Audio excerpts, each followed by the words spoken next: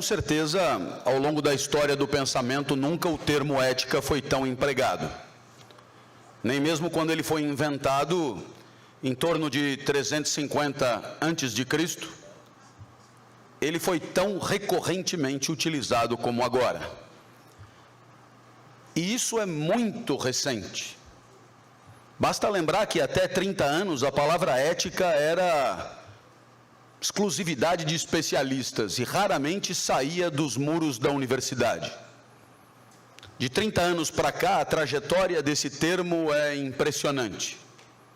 Hoje, ética é a palavra mais empregada no espaço público. Não há nenhum lugar de convivência que ela não seja mencionada quase que ininterruptamente. Organizações públicas e privadas, escolas e universidades, governos, candidaturas, espaços de discussão de qualquer tipo. Nos meios de comunicação, a palavra ética é onipresente. E quase sempre essa palavra é utilizada em situações graves da vida e da convivência. Assim, temos uma palavra empregada sempre para situações complicadas. Seria de se supor que todos nós soubéssemos do que se trata. Afinal de contas, se repetimos tão a miúde o termo, se usamos o termo para momentos maiúsculos da nossa convivência, seria de se supor que compartilhássemos o seu significado.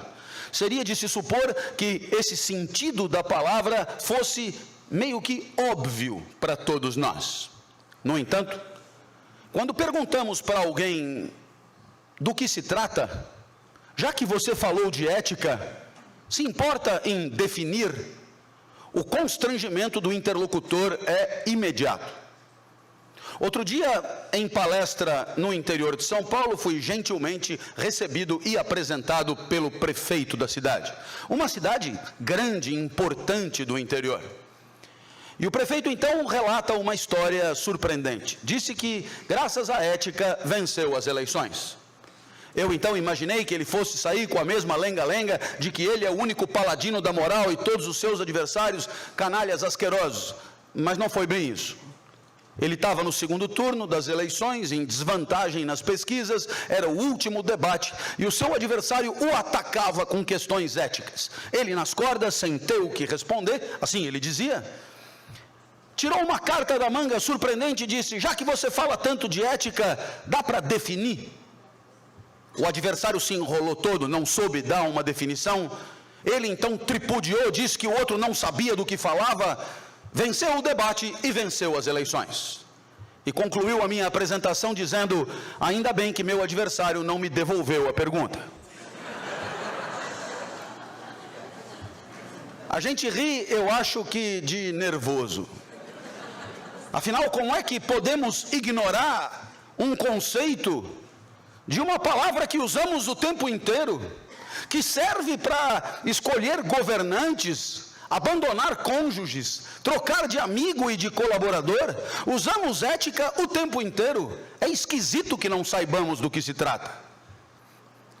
Pois muito bem, claro, ética faz alusão à melhor maneira de agir. Trata-se, portanto, de uma investigação que tem por objeto o comportamento humano, a conduta humana. Mas não é uma investigação sobre por que agimos como agimos. Disso se encarrega as ciências, a psicologia, a antropologia, a economia, a história. A ética não tem por objeto a conduta, mas a conduta ideal, a melhor conduta, como deveríamos agir, o que não é a mesma coisa. É claro, a ética só faz sentido porque somos livres para deliberar sobre a própria vida. Desde os estoicos, aprendemos que parte da nossa vida é escolhida por nós, e parte da nossa vida se impõe a nós, sem que nada possamos fazer. Assim, a título de exemplo, a meteorologia é um dado da realidade que se impõe a nós. Não há nada o que fazer. Eu mesmo vim esta manhã para descer em Santos Dumont e havia a possibilidade do aeroporto fechar. Não havia o que fazer, realidade que se impõe a mim. Agora, parte da vida é decidida por mim, como por exemplo, optar por Santos Dumont, tendo podido preventivamente escolher o Galeão. Parte da vida é escolhida por nós porque a cada segundo escolhemos uma conduta em detrimento de tantas outras, um caminho e jogamos no lixo tantos outros, infinitos na verdade. Se estamos aqui é porque escolhemos isso, deliberamos assim, e poderíamos estar em qualquer outro lugar do universo. Portanto, existe um trabalho na hora de viver, que é um trabalho ético por excelência, um trabalho de escolha de um caminho, de um posicionamento, em detrimento de infinitos outros, que vamos jogar no lixo, que vamos preterir. Portanto, a ética é sempre uma atividade do pensamento simplificadora, redutora, de infinitas possibilidades, a vida será uma só. Afinal, estamos aqui, só aqui, e ponto final. Qualquer outra possibilidade foi descartada em proveito desta aqui. A ética, portanto, implica liberdade de escolha, liberdade permanente que é a nossa, não só para escolher nossa conduta pessoal, mas sobretudo para definir princípios de convivência. Assim como a nossa vida individual e particular é uma vida definida por nós, a nossa convivência também poderia ser outra, e outra, e outra. Nada precisa ser do jeito que é. Entre as formigas há convivência, mas lá é inexorável, lá é como só poderia ser. Entre as formigas, todas são regidas pelo instinto, e assim não há escolha, não há ética. Mas no nosso caso, a convivência é em grande medida decidida pela nossa inteligência, e assim a ética é essa inteligência coletiva que busca o aperfeiçoamento da convivência. Assim, propus esta definição num pequeno livrinho que lancei no ano passado com meu grande amigo e colega Mário Sérgio Cortella, intitulado Ética e Vergonha na Cara. Eis aí a definição: ética é a inteligência compartilhada a serviço do aperfeiçoamento da convivência. E assim, entre muitas possibilidades de convivência, é essa que escolhemos, é essa que deliberamos em algum momento da nossa atividade ética coletiva de uso da inteligência pela melhor convivência. Agora, é claro, na hora de escolher é preciso identificar a melhor solução, e a melhor significa a de maior valor. Pode olhar em qualquer dicionário, melhor, igual, de maior valor. Portanto, não há escolha possível sem atribuição de valor às possibilidades. E se vamos escolher entre várias condutas, assim como eu escolhi entre várias possibilidades de palestra, esta aqui que estão escutando, é porque atribuí valor a todas elas, e aí identifiquei a de maior valor. Portanto, não há ética sem valor. E diferentemente do que se costuma dizer, ética não é um valor entre outros, mas é a ciência de todos os valores. Dizer que ética é um valor é trocar a parte pelo todo. É como dizer que a matemática é um tipo de aritmética, quando sabemos que a aritmética é parte da matemática. Assim, os valores são um pedaço do estudo da ética, da grande ciência que estuda o dever ser do comportamento humano. Pois muito bem, na hora de escolher e atribuir valor, cabe a pergunta: como fazer isso? E vamos lançar a mão de um exemplo que nos é familiar. O professor dá nota ao aluno, nota à prova, e a nota é o valor. O que foi que ele fez? O que foi preciso? O professor pega a prova do aluno e a compara. Toda atribuição de valor implica uma comparação. Uma comparação entre aquilo que você quer valorar e uma idealidade, que no caso do professor é o gabarito da prova. Aí você aprende que não há valor sem uma referência de contraste. Se Neymar é um grande jogador de futebol, grande jogador é valor. E você só chega a essa conclusão porque compara Neymar com uma referência futebolística. Isis Valverde, uma linda mulher é valor, e a referência é uma referência de beleza feminina. A minha palestra é meia boca é valor, e a referência é uma idealidade de palestra. E assim, sem referência, não há valor possível. Nesse momento, você se entusiasma e conclui: se a nota do aluno é tão fácil de dar, basta comparar com o gabarito da prova, então, na hora de viver, nossos problemas acabaram. Porque aí, lançamos mão do gabarito da vida, do gabarito da conduta ideal, e comparamos as possibilidades que passarem pela nossa cabeça e identificamos a alternativa de maior valor. Pois é, não será tão simples. Porque diferentemente da prova do professor, a vida não tem um gabarito só. São, na verdade, muitos gabaritos, muitas vidas de referência. E se você tem vários gabaritos, admita, não tem como corrigir a prova, não tem como atribuir valor, não tem como comparar as provas dos alunos entre elas. Ficamos então com dificuldades de escolha, de deliberação, ante a pluralidade de gabaritos. É o que Edgar Morin, nosso amigo do Brasil, grande pensador do século 20 e 21, chama de valores complexos. Os valores se anulam, se contradizem, se desmentem. E aí então, é essa dificuldade, essa causa de tantos dilemas. Eis aí o porquê a questão ética é infinitamente mais complicada do que o respeito a meia dúzia de normas. Pois muito bem, um exemplo: você entra no exército e lá tem um banner escrito valores, ali está o gabarito, ali está a referência. E o primeiro valor ali é a disciplina. Então fica claro, se você tiver alguma dúvida, a disciplina é a resposta. E se a corneta tocar às 5 da manhã para você levantar e você pretender continuar dormindo, você olha no banner e percebe que tem que levantar. A melhor conduta é a mais disciplinada. A resposta está dada. Você não tem por que ter dúvida na hora de viver. O problema é que o mundo não é só um exército. Você pode sair do exército e entrar num asilo, um asilo de idosos. Lá também tem um banner com valores, lá também tem um gabarito. E o primeiro valor lá é o repouso. A melhor vida é a mais repousante.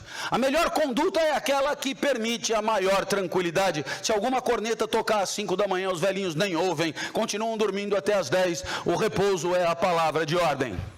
Percebeu? A disciplina manda levantar, o repouso manda continuar dormindo. A disciplina é valor, sem disciplina a vida é ruim. O repouso é valor, sem repouso a vida é ruim. Só que a disciplina e o repouso apontam para vidas contraditórias, vidas opostas. E nesse momento você olha para mim e diz: o senhor que é professor de ética saberá, que valor vale mais, a disciplina ou o repouso?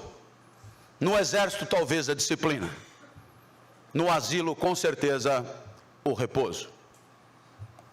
O senhor está querendo dizer o quê? Que o senhor não sabe a resposta? Claro, esse problema é seu. Se eu tivesse a resposta, você não seria livre.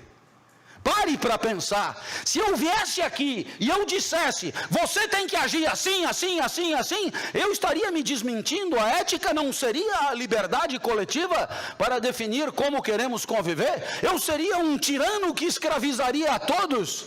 Mas não, eu estou devolvendo a você a responsabilidade pela definição de como quer e pretende viver. Por isso, não sei a resposta. Disciplina é valor, repouso também o é. Se você quer mais exemplos, os exemplos serão constrangedores. Veja, por exemplo, a transparência. Até a década de 80, a transparência era conceito da ótica, atributo do vidro ideal.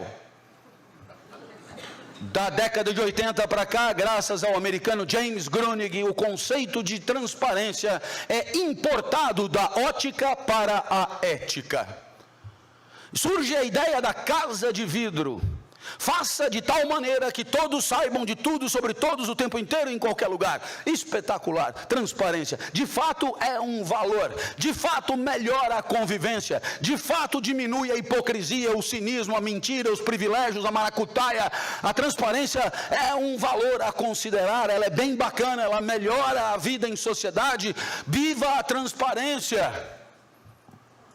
Porém, quando você vai jogar cartas, aprende que não deve mostrar as cartas. O segredo da vitória está na ignorância do adversário. O valor das cartas é o sigilo, é a confidencialidade, o contrário da transparência. Mas alguém levanta a mão e diz que se lixe as cartas, isso é uma frivolidade, uma bobagem. Quem que vai se importar com o jogo de cartas? Fiquemos com a transparência. Então, mas o jogo de cartas é só um exemplo de qualquer jogo. Alguns jogos não são tão frívolos, como por exemplo o mercado. O mercado, esse que é a solução de tudo. O mercado, esse a mão invisível. O mercado, esse mesmo. Os americanos chamam os jogadores de players. O mercado, e você disputa, tem concorrentes aguerridos, joga um jogo, tem troféus, fatias de mercado, falências e triunfos. É um jogo como qualquer outro. E no mercado, se você for lançar um produto ou um serviço novo que pretende desestabilizar seu principal concorrente, a última coisa a fazer é ir mostrar o projeto. Se você fizer isso, será acusado de alta traição, e com razão. O que se espera de você é jamais revelar aquilo que é sigiloso. O valor é o sigilo, é o contrário da transparência. Professor, mas entre a transparência e o sigilo, o problema é seu, nem me pergunte. É claro que eu ainda poderia citar um terceiro exemplo da confiança, grande valor de convivência. A confiança, desde a Suma Teológica de Tomás de Aquino, a confiança é uma certeza sobre coisas que não podemos verificar nem demonstrar. Assim temos confiança que o sol vai se pôr hoje, ou agora mesmo, antes dele se pôr, a pino, ele vai se pôr. Confiança no pôr do sol. Do ponto de vista ético, a confiança só importa quando tem por objeto não o pôr do sol, mas o comportamento do outro. Assim, podemos ter certeza sobre o comportamento do outro sem verificar, sem poder demonstrar. Isso acontece quase sempre. Você, por exemplo, me convidou para vir aqui hoje. Quando você me convidou, eu não estava aqui. Eu disse que viria, você teve que confiar. Não tinha como verificar. Eu cheguei agora. Quando eu saí de casa hoje, você não estava aqui. Eu vim assim mesmo. Então, se nós nos encontramos, é porque havia uma certeza recíproca sem verificação possível. Quando você contrata alguém para trabalhar amanhã e você contrata hoje, como saber o que ele fará amanhã? Se você contrata hoje, é sem verificação possível. A confiança é certeza sem base empírica. A confiança é cega. E a expressão confiança cega, um pleonasmo barato. Ou é cega ou é desconfiança. E aí então, é claro, você confia no banco que não deixa ver o seu dinheiro, você confia no plano de saúde que você paga todo mês, para quando você ficar doente ele cuidar de você, você confia nas turbinas do avião. Eu não verifiquei as turbinas do avião ao entrar na aeronave hoje de manhã. Eu também não pedi diploma de pilotagem para o comandante. Do mesmo jeito que você não pediu a minha carteira de trabalho quando eu fui anunciado como professor da universidade. Confiamos o tempo inteiro. Sem confiança, o tecido social se destrói, se deteriora. A confiança é um baita valor de convivência. Porém, quantos chifres você teria evitado?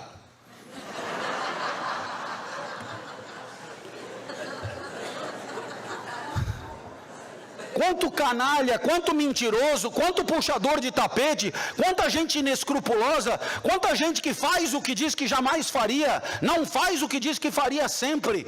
Quanta gente é assim? Nossa, para você que contrata e recebe currículos em RH, todo currículo tem inglês fluente. E ninguém fala inglês fluente. É uma mentira generalizada. Desconfiar é preciso. Sem desconfiança você não vive até amanhã. Pare aqui nesta via. Tem lá a faixa de pedestre. Fique lá parado. Verá o primeiro carro desvia xingando. O segundo trisca. O terceiro você verá Deus mais cedo por excesso de confiança. É preciso desconfiar. A desconfiança é um baita valor para chifres e afins. Acho que você percebeu, eu posso ficar aqui problematizando para deixar claro a você que a ética não é uma obviedade de uma lista que você respeita e é bonzinho. A ética não é uma tabela pronta, com condutas, pode, não pode, pode, não pode, pode, não pode. Não é, porque quando você terminar de fazer a tabela está caduca. Caduca porque vivemos num mundo que nos brinda com situações inéditas, para as quais obviamente não tínhamos pensado nada. A ética é uma disposição coletiva da inteligência para conviver da melhor maneira e enfrentando o mundo no seu ineditismo, na sua virgindade, e portanto vai além de uma tabela, vai além de uma norma, vai além de um documento, vai além. Mas é por ir além mesmo que nos damos as condições do aperfeiçoamento de nossas normas. É por ir além mesmo que damos a todos o direito de levantar a mão e dizer o que pensam, que valores gostariam que fossem respeitados, e a inteligência de todos supera a inteligência de 2 ou 3. E aí, é claro, na hora de estabelecer nossos códigos e nossas normas, tivemos uma base rica, uma base representativa, uma base que indica exatamente o que pretendemos para nós, para o nosso grupo, para a nossa convivência. É claro que toda escolha de valores complexos traz conosco um sentimento desagradável de sentir. E aqui eu queria deixar claro, quando você fala em liberdade, muita gente diz, pô, liberdade, associa com publicidade, pessoas voando de asa delta, jeans, libertadores, absorventes, confortantes, e tanta coisa associada à palavra liberdade, que é vista como a cereja do bolo, uma coisa linda, bem bacana, vento no rosto. Então, mas na filosofia, não. A verdade é que somos condenados a ser livres, dizia Sartre. A vida depende das nossas escolhas, e as escolhas são complexas e difíceis de tomar, o que nos acarreta medo. Medo de errar, medo de se arrepender, medo de escolher o pior caminho, medo de ter consequências nefastas da nossa conduta, medo. E todos esses medos relacionados à liberdade recebem o nome de angústia. Portanto, não há como falar de ética e de liberdade sem falarmos de angústia. Gostaríamos de não ter que decidir, gostaríamos de não ter que deliberar, gostaríamos que a vida já tivesse uma solução pronta e acabada, indiscutivelmente boa, mas não é o caso. Muitos de nós, acovardados pelo medo da escolha, terceirizamos a própria vida, entregamos a terceiros a prerrogativa de decidir por nós. Das instituições totalitárias à autoajuda, estamos o tempo inteiro procurando respostas nos outros para decisões que deveríamos tomar nós, seja pessoalmente, seja coletivamente. E assim, as 10 lições para ser feliz que você encontra na livraria do aeroporto, essas se substituem à tua liberdade, matéria-prima para covardes, aqueles que, com medo de deliberar, compram de um americano a resposta certa. Por isso chama autoajuda, ajuda para o autor do livro. Quanto a você, permanecerá assim, triste, acovardado e errando. Não tem nada mais imbecil do que colar na prova e errar. Se tiver que errar, erre por conta própria, erre usando a própria inteligência. Talvez você seja o maior especialista em você mesmo. A angústia te acompanhará sempre. Professor, o senhor está me deprimindo. Não fique assim, é motivacional a palestra. Se você quiser, a gente canta no final depois. Eu estava dando essa aula, aproveito para me apresentar, meu nome é Clóvis, sou professor de ética da Escola de Comunicações e Artes da Universidade de São Paulo. A minha disciplina hoje é oferecida para 38 cursos diferentes como optativa. Eu dou aula em grandes auditórios e é muito difícil que alguém levante a mão. Mas quando eu disse a angústia te acompanhará, uma jovem levantou a mão. Extraordinário capital estético, topografia notável, inesquecível mesmo. Ela levantou a mão e disse: professor, eu queria lhe agradecer pelo conceito de angústia, sempre senti, obrigado, Sempre tive dificuldade de decidir, sempre achei que escolhi errado, a angústia sempre me acompanhou, só faltava a palavra, eu sou angustiada, muito obrigado, aprendi alguma coisa que tem a ver com a minha vida, até o seu curso eu acho que eu não deveria ter optado por ele, está me deprimindo, enfim. Eu olhei para aquela moça e disse, nossa, linda assim, e sem pagar para estudar, tinha tudo para ter uma visão mais ingênua da vida. Me dê um exemplo da sua angústia. Ela falou, eu tenho um namorado que estuda aqui na frente. Ele faz poli, mecatrônica. O senhor pode imaginar o tipinho?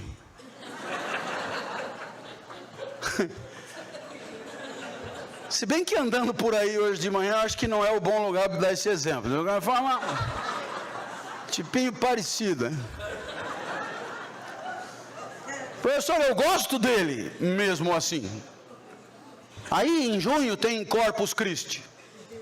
É semana do saco cheio, não tem aula. A gente aproveita para fazer o JUCA, Jogos Universitários de Comunicação. Esse ano foi em Guaxupé. Aí eu falei pro meu namorado, vem comigo, vamos divertir, vamos brincar, larga disso, por favor, né? Descansa um pouco. Ele não pôde ir. Estava terminando um robô. Faltavam só 2 antenas assim para o robô ficar pronto. Você sabe que tem robô que sem antena não se sente confortável. Vai você. Vai você. Quando eu cheguei em Guaxupé, percebi rapidinho que o esporte era um pretexto muito sem vergonha daquele encontro. Não diga, moça, o que as pessoas estavam fazendo? Sacanagem, professor. O que é exatamente sacanagem? É sexo, professor. Olhei para ela, imaginei uma centena delas em Guaxupé. E eu lamentei muito nunca ter sido convidado para esse tal de Juca. Deve ser um espetáculo. O que sobra para mim hoje é formatura. Sucesso eu tenho feito com as avós dos formandos. Professor, assim que eu desci do ônibus, um rapaz de sunga, só de sunga, musculatura saliente, muito diferente do meu mirrado mecatrônico, não perguntou nem meu nome, se aproximou e me propôs na lata uma cópula furtiva, uma bimbada mágica. Ele garantia desaparecer imediatamente após o coito. Lavô tá novo, ele disse. Foi aí que eu lembrei do senhor. Não entendi. Ué, não é o senhor que diz que a vida não tem fórmulas prontas, os valores são complexos, a inteligência coletiva define a convivência, a incerteza paira e a gente angustia? Sou eu. Então de quem que eu ia lembrar? Afinal de contas, dar ou não dar? Eu estava dando esse exemplo numa palestra numa empresa americana, puseram aqui o tradutor, diz que é inovação. A tradutora, ela me aborreceu muito ali. Então quando eu falei dar ou não dar, eu olhei para ela. Todos olharam para ela. Ela ficou roxa e disse, to give or not to give? Eu falei, olha, a única coisa que eu chequei está errado.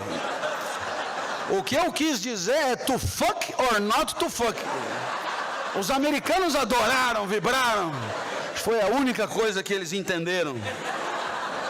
Essa moça está angustiada? É claro que está.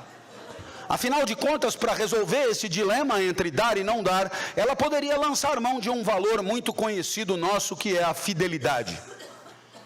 Diferentemente do que se pensa, a fidelidade não é em relação ao outro, não é em relação ao mecatrônico. A fidelidade é em relação a si mesmo. A fidelidade é um valor que nos reúne ao nosso passado. A fidelidade é um valor que costura os instantes da nossa vida, definindo uma única pessoa, uma única entidade moral. A fidelidade é o respeito às garantias que um dia oferecemos sobre a nossa conduta. A fidelidade é o que hoje faremos em harmonia com o que um dia garantimos sobre nós. A fidelidade é sempre de nós para nós mesmos. fidelidade ao nosso discurso, fidelidade à definição da nossa pessoa, fidelidade à nossa própria identidade, fidelidade a critérios de vida que anunciamos serem os nossos. Fidelidade é isso, um respeito ao nosso próprio passado. Graças à fidelidade viramos uma coisa só, não desaparecemos a cada segundo em que cada célula do nosso corpo morre e cada afeto novo surge. Não desaparecemos. Eu continuo Clóvis, graças à fidelidade, fidelidade de compromissos assumidos, respeito àquilo que prometi um dia e que hoje tenho a oportunidade de agir de acordo. Então, neste momento que ela é convidada à cópula, ela se lembrará do dia que lá no começo da faculdade, às margens do lago do Parque do Ibirapuera, ela mesma propôs a um mecatrônico: eu gosto tanto de você que eu queria que sexo a gente só fizesse entre nós. Foi ela que propôs. O mecatrônico, com lágrima nos olhos, topou na hora, e aí os dois estabeleceram um compromisso entre eles. Agora, 4 anos depois, ela é convidada a deliberar e a decidir, e ela pode usar a fidelidade, o respeito ao que ela mesma propôs naquele relacionamento com o mecatrônico. É uma solução que recomenda a castidade. Foi ela mesma que propôs a exclusividade das práticas sexuais com o namorado. Olha que legal. Entendeu, né? Mas tem o prazer também. Prazer é um baita valor, critério para a vida. Graças ao prazer, graças ao prazer você liga o ar-condicionado, desliga o ar-condicionado, tira casaco, põe casaco, se acomoda na cadeira, vê do lado de quem vai sentar. Graças ao prazer você escolhe o que vai comer, come mais, come menos. Graças ao prazer você deita, você levanta, você se acomoda, o prazer é um valor, é um critério para a vida que te ajuda o tempo inteiro. O prazer é um baita valor, porque afinal de contas é legítimo que proporcionemos pela inteligência sensações agradáveis para o nosso corpo. Nenhum idiota defenderia a dor contra o prazer. Pelo prazer ela deveria dar ao marombado de sunga. A fidelidade recomenda a castidade, o prazer recomenda a cópula. A complexidade está aí e a angústia aparece. Até aqui, meus amigos, eu espero que você tenha entendido que até este momento, metade da minha palestra, eu apresentei um problema. A ética é um grande problema.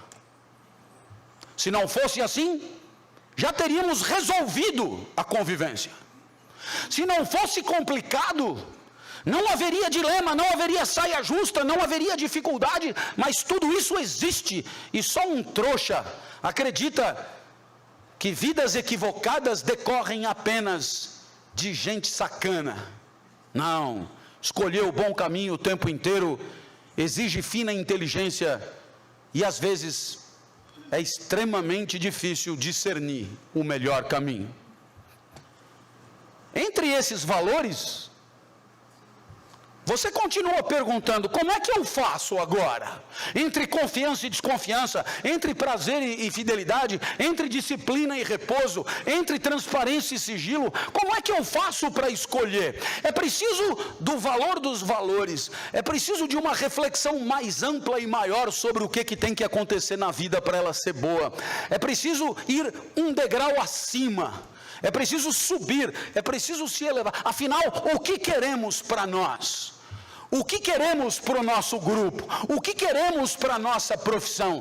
O que tem que acontecer para que a gente cumpra o nosso papel?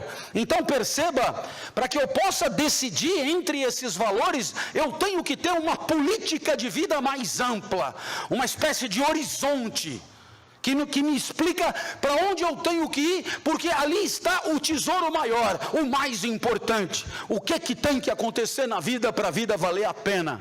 Essa é a pergunta de Aristóteles, que inventou a palavra ética para respondê-la.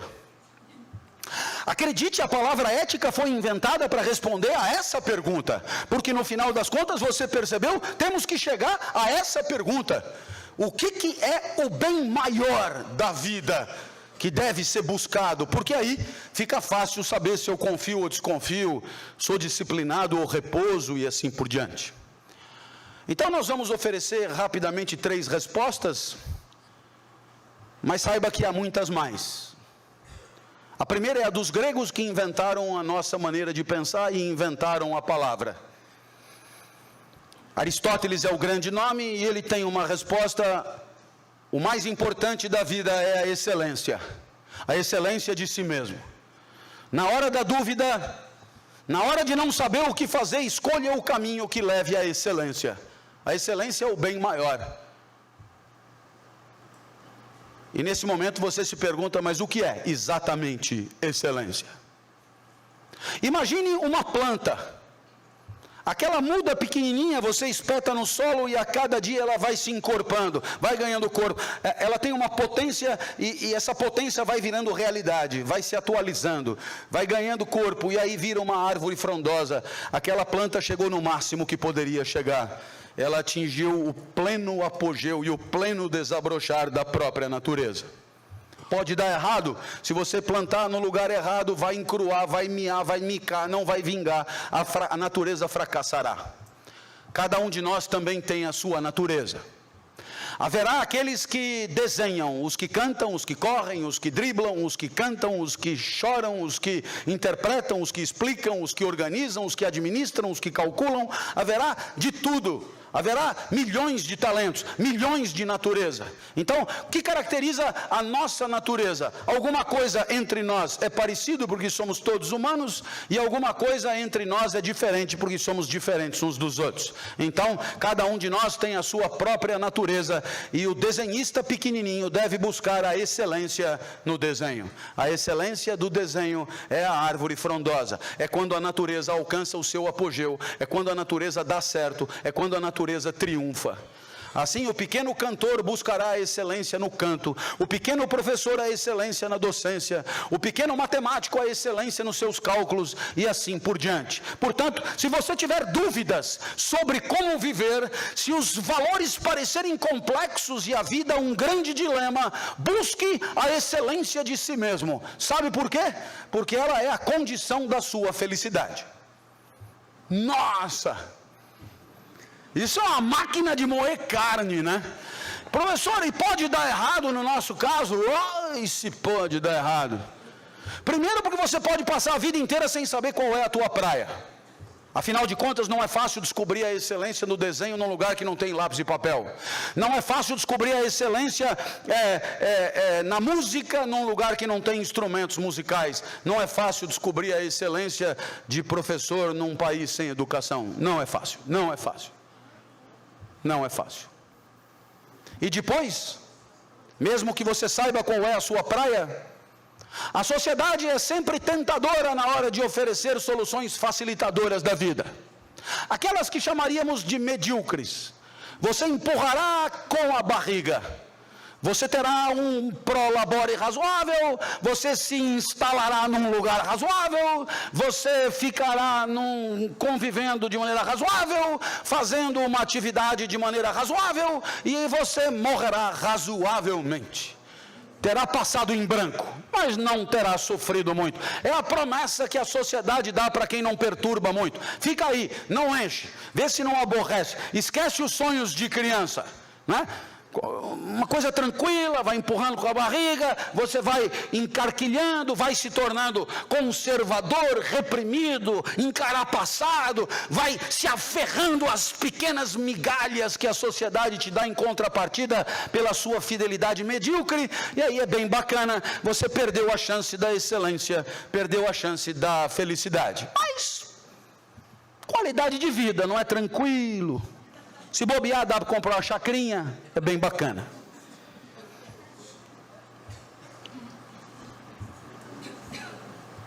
Neymar buscou a excelência.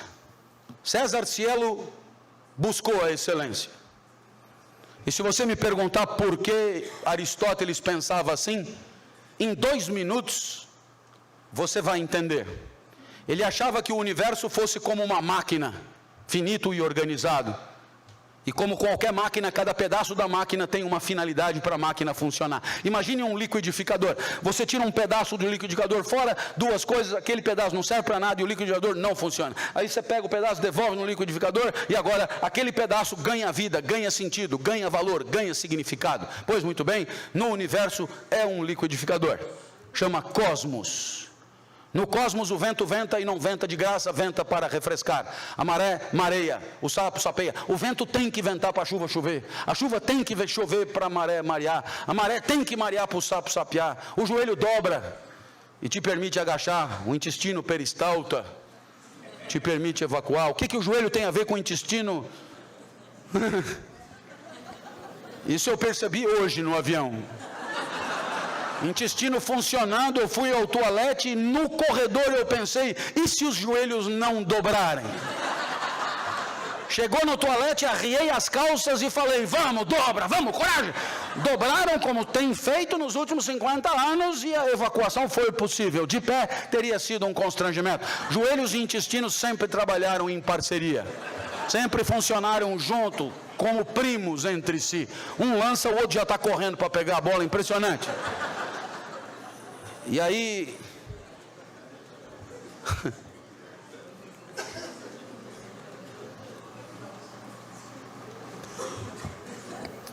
então Aristóteles parece ter razão. A felicidade depende da harmonia com o cosmos. Quando você não busca essa harmonia, a vida é triste, é sem graça, e você torce para que cada momento acabe logo. Até os 13 anos minha vida foi assim. Eu ia para a escola, a aula acabava meio-dia, 15, meio-dia, eu já estava doido para cair fora. Meu pai depois me obrigava a nadar. Eu detestava nadar. Mas eu nadava para competir. Coração na boca. Um horror. Não sei se já treinaram para competir. É desesperador. Eu fazia revezamento com um rapaz que esse sim era nadador por natureza. Tinha talento de nadador. Chamava Ricardo Prado.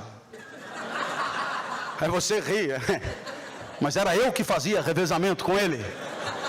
Pela seleção brasileira, sabe como é? Ele larga de costas, ele abre meia piscina, aí caio eu. E os adversários se aproximam perigosamente. Detestava. No domingo meu pai me levava para ver jogo no Morumbi. 90 minutos esperando terminar. Enquanto ele torcia, eu descascava amendoim. E ele tinha que avisar, foi gol. Eu fingia vibrar para ele não ficar chateado. E ele dizia, foi gol dos caras, caralho. Cala a boca, nós vamos apanhar. Moleque imbecil.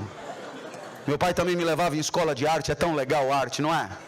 Para artistas. Tinha aula de argila. É insuportável a aula de argila. Eu fazia sempre um cinzeiro. Mas aos 13 anos a vida mudou, porque o professor disse que a aula seria só de seminários. No sorteio para mim caiu o petróleo, e aí chegou a minha vez. Lá nos Jesuítas, onde eu sempre estudei, na Avenida Paulista, eu olhei para a classe, aquilo estava apinhado de gente. Sabe quando tem gente de pé? Gente pelos corredores, gente por tudo que é canto. Eu tinha fama de doido, isso ajudava a atrair as pessoas. Eu era muito esquisito quando eu era criança.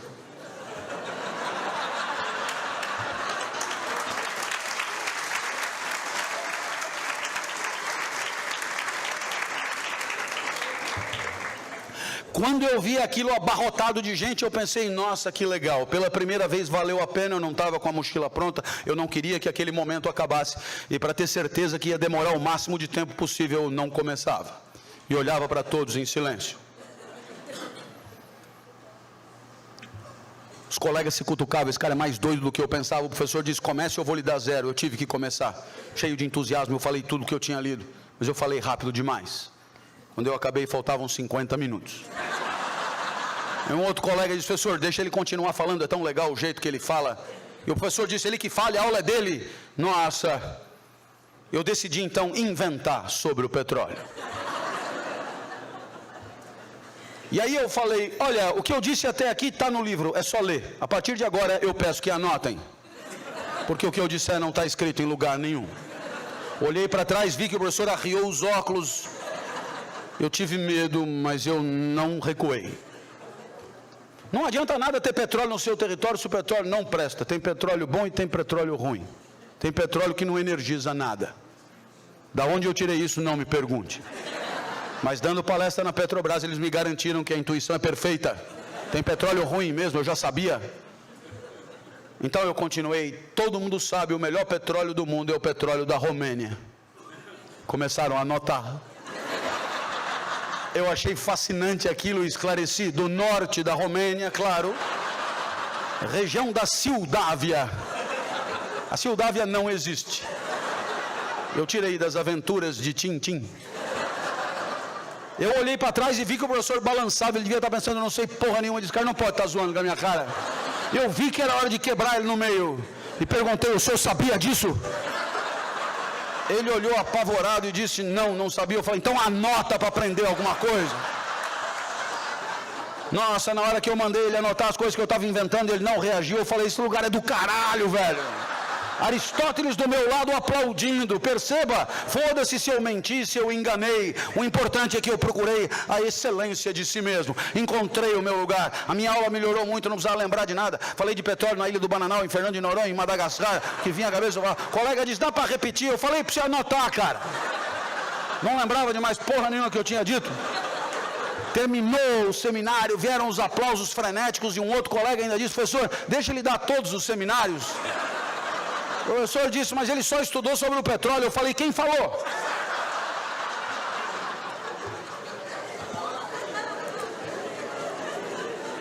Essa é a resposta dos gregos. A busca da excelência é a busca da felicidade. Esse é o bem maior.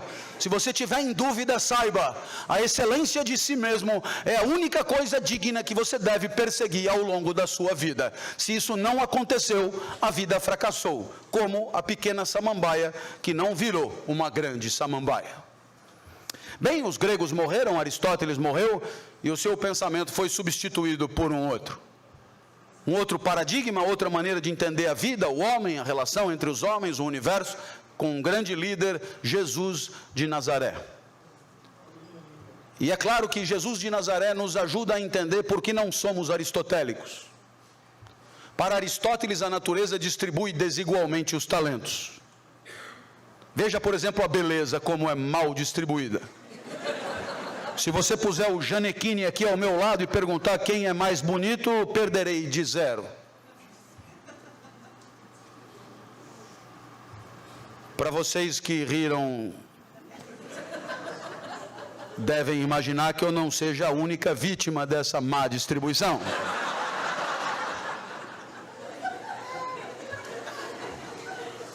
A inteligência, a rapidez, a força, a natureza é mesmo doida. Mas, para Aristóteles, se você é naturalmente mais provido de recursos, você é superior a quem é naturalmente menos provido de recursos. Por isso, para Aristóteles, existe uma hierarquia natural entre nós. E por isso ele defende a escravidão por razões éticas. E diz, se você entregar a um indivíduo desprovido de inteligência a prerrogativa de deliberar livremente sobre a própria vida, vai ser ruim para ele, é melhor que ele seja escravo. Acho que você entendeu. Eu espero. Não somos aristotélicos. Alguma coisa aconteceu de lá para cá. Jesus ajuda a entender. Jesus dirá, Aristóteles tem razão até a metade do caminho.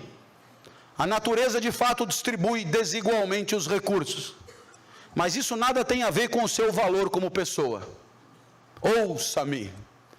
Se para Aristóteles o seu valor como pessoa tem a ver com os talentos naturais que recebeu no momento que nasceu, para Jesus o seu valor como pessoa não tem a ver com isso. Mas tem a ver com o que você livremente decide fazer da sua vida. Tem a ver com o livre-arbítrio.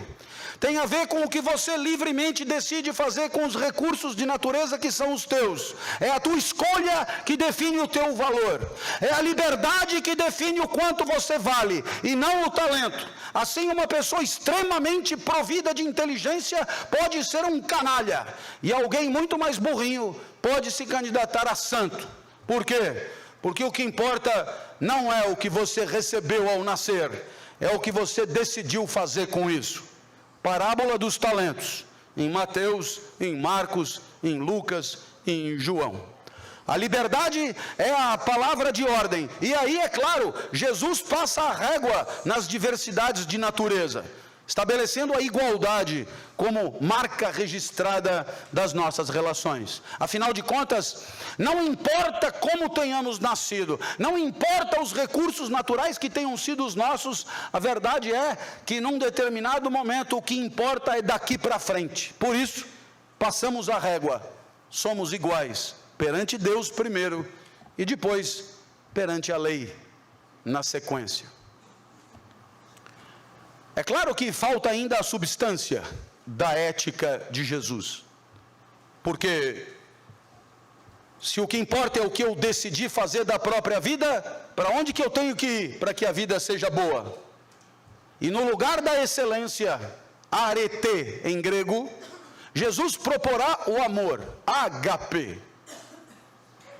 E a vida que vale a pena, o que mais importa, não é ir o mais longe em si mesmo, mas é proporcionar, é entregar, fazer acontecer para o outro, alegrar, diminuir o sofrimento, diminuir a dor, diminuir a angústia. A vida que vale a pena é uma vida consagrada à alegria do outro. A vida que vale a pena é uma vida consagrada ao pleno desabrochar do outro. E portanto, Jesus introduz aqui um terceiro elemento. Além da liberdade e da igualdade, é o elemento da alteridade. Não há nenhuma reflexão de ética depois de Jesus que não leve em consideração esses três elementos: a liberdade como fundamento, a igualdade como condição e a alteridade como princípio. A verdade é que ética é você agir de maneira a não entristecer quem está perto. E, portanto, levar em consideração os outros na hora de escolher o que for fazer. E isso sim é o que mais importa. É claro que em tempos como os de hoje, que você passa a vida inteira sendo convencido de que uma vida bem sucedida é quando você enriquece, você ganha, você sobe, você tem poder, você triunfa, você tem prazer, você tem conforto, você viaja, você é classe executiva, você é carro branco, que não é Kombi, eu. Chega alguém e diz: a vida boa, o grande barato da vida é quando o outro se dá bem por sua causa. Nossa, entra torto mesmo, entra na contramão. Mas, só você voltar para casa e alguém que está doente, que você ama, e você gastará num cheque tudo que economizou, deixando claro o que vale na verdade. A minha filha Natália tem 13 anos, quando tinha 4 foi acometida de gravíssima enfermidade, um vírus raro no ocidente, que mata, síndrome de Kawasaki. A vantagem desse vírus, se é que há alguma vantagem, é que se durante 2 anos ele não morrer, ao cabo de 2 anos, se ele não desincubar e matar a criança, ele morre e a criança está definitivamente curada. São 2 anos, normalmente de 4 a 6 anos. E eu via a minha filha na UTI do hospital e eu me perguntava: por que não troca? Põe essa porcaria em mim, liberta a menina. E pensava isso todos os dias e todas as horas. Como não estava dando certo, fiz proposta irrecusável: pegue 20 crianças com esse bicho, põe os 20 em mim, liberta as 20 crianças, não esquece de pôr minha filha no meio. E o que eu aprendi? O que eu aprendi sobre mim? O que eu aprendi sobre mim é uma coisa que eu não sabia sobre mim: que continuar vivo não era para mim a coisa mais importante. Eu achei que fosse, mas não era. Porque se fosse, eu não trocaria. Eu entendi então a maior lição de Jesus: tem alguma coisa mais importante do que continuar vivo. Existe alguma coisa cujo valor é maior do que a própria vida. A grande lição de Jesus é essa mesmo: o amor vale mais do que a vida. Nunca mais o homem no mundo ocidental voltou a pensar a ética sem levar em consideração isso. O amor vale mais do que a vida. E é claro que, bem, para desdramatizar, minha filha completou 13 anos, está completamente curada, e agora em maio chegou para mim e disse: papai, eu queria comemorar meu aniversário com os meus amigos em casa, rola? Posso convidar? Ela sempre pede para mim, porque de mim ela tira tudo que ela quer. Depois ela comunica à mãe: olha, já falei com o papai, ele já deixou. Vieram 39, subiram no mesmo elevador, passaram pela porta no mesmo segundo. Me lembrei de uma poetisa que dizia: criança pequena é como água, ocupa todos os espaços. Eu me tranquei no quarto, mas a poetisa tem razão, todos os espaços. Papai, queremos brincar aí também. Minha filha, para onde você quer que eu vá?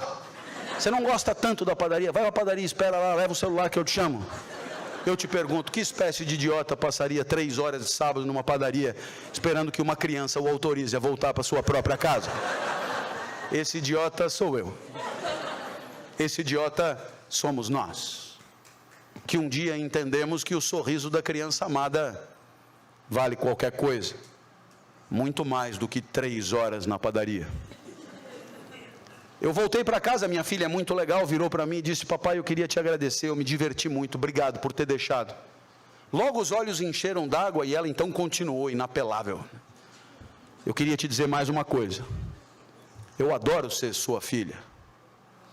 Vixe, para ouvir isso de novo eu passaria uma semana na padaria.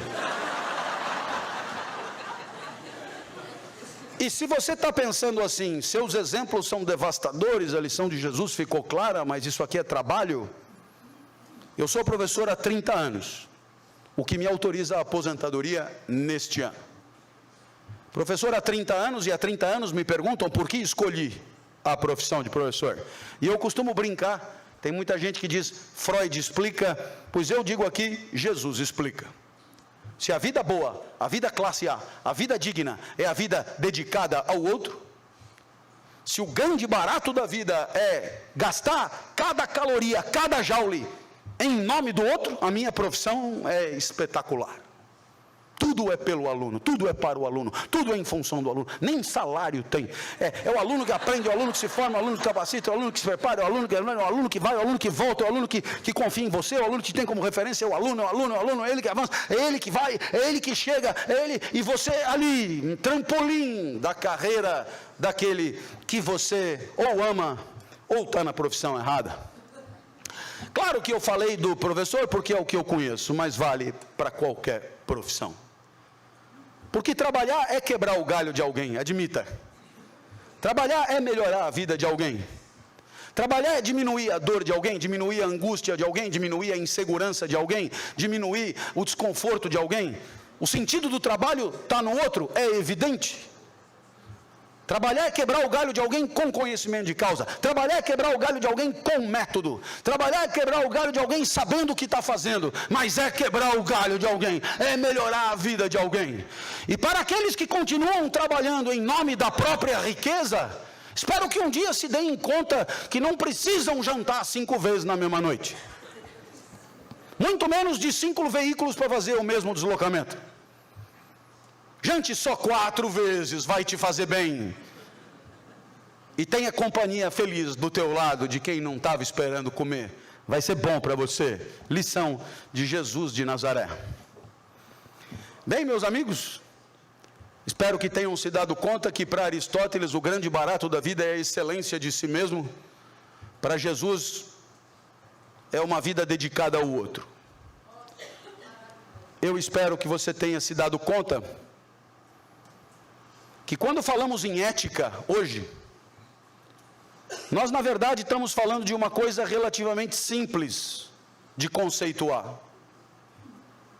A ética, ela só importa quando você abre mão de um ganho para proteger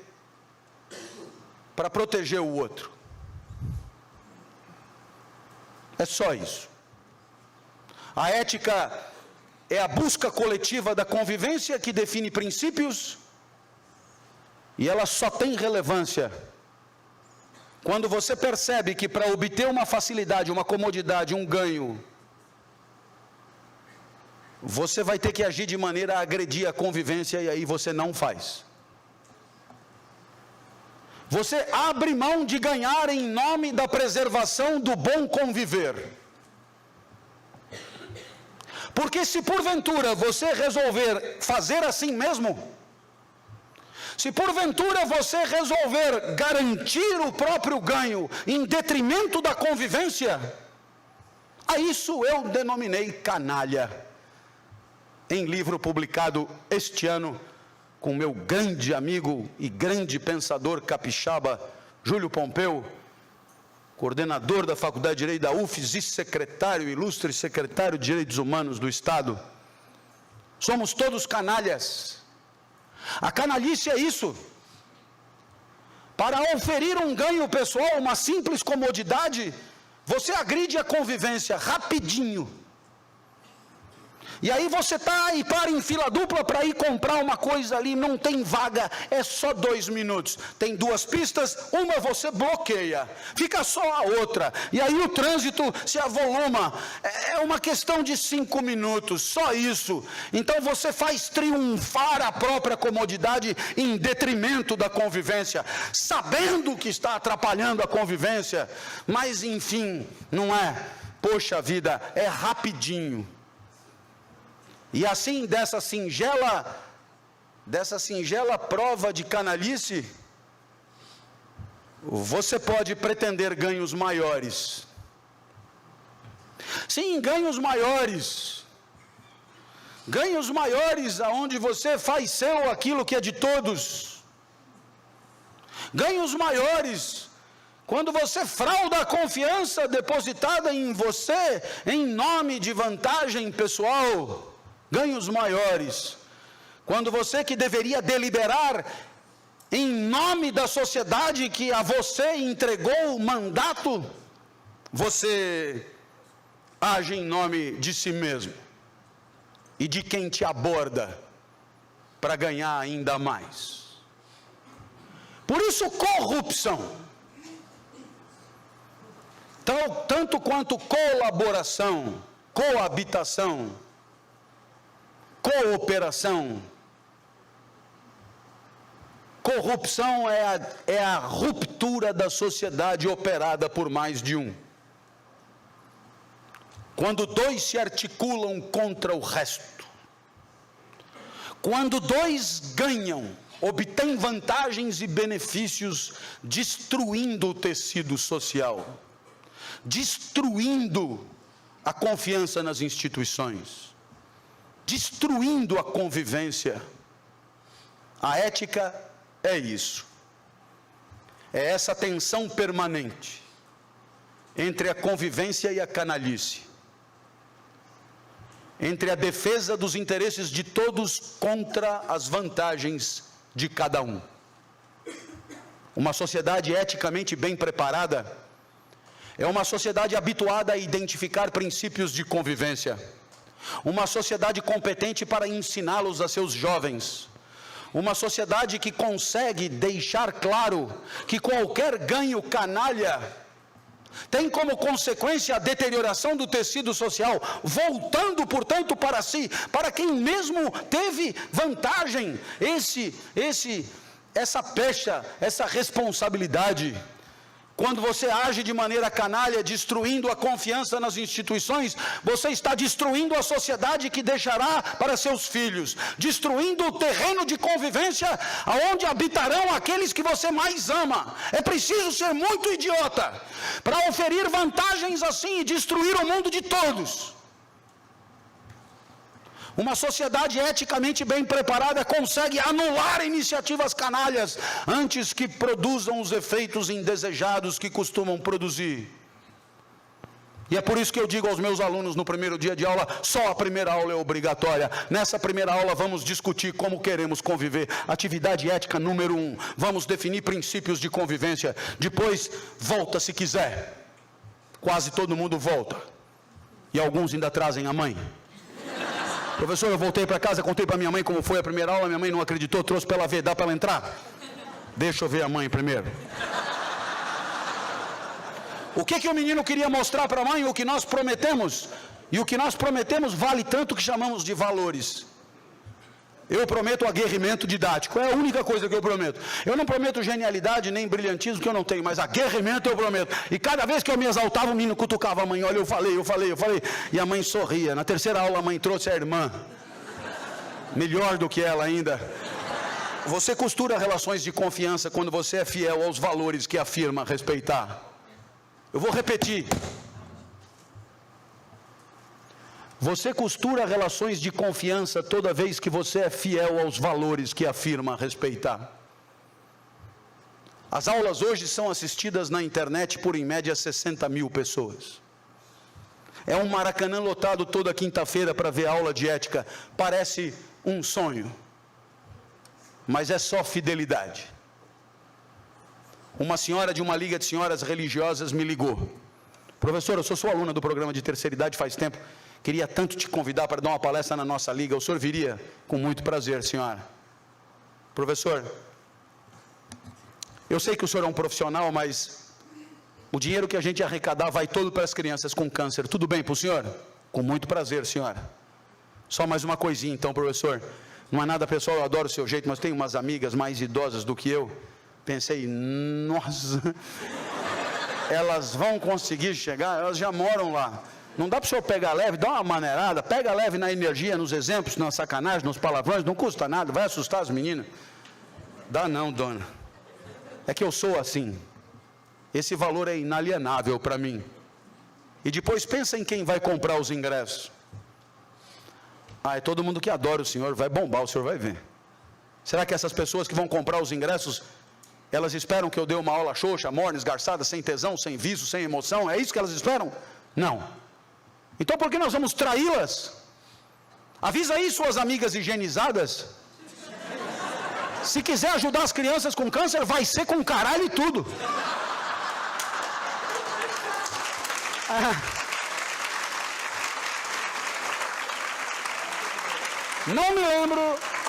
Não me lembro de ter falado tanto caralho numa palestra como naquela. Eu só vi as velhotas se acomodando na cadeira, mas depois do quinto caralho eu acho que se afeiçoaram, porque já pediram outra palestra. Olha, professor, só não pode esquecer do caralho. Mas tem certas coisas difíceis de deixar em casa, dona. Os valores da gente. E nesse momento, você que está aí desde o começo, me ouvindo falar de ética, poderá se perguntar, mas por que eu vou abrir mão de uma comodidade em nome da convivência? Ainda não fiquei convencido. Quero que a convivência se foda. Então, a aposta da ética é que a pequeno, médio e longo prazo, a proteção da convivência é condição de uma vida mais feliz, para todos. E se você me perguntar ainda o que é uma vida mais feliz, eu arrisco dizer que um instante de vida feliz é um instante de vida que você gostaria de um dia repetir. Submeta a sua vida a essa pergunta. Submeta os instantes da sua vida a essa pergunta. Será que eu gostaria de repetir esse instante? Eu sinceramente espero que tenha sido assim. Que pelo menos por um segundo você tenha rido, desfrutado, aprendido, pensado diferente.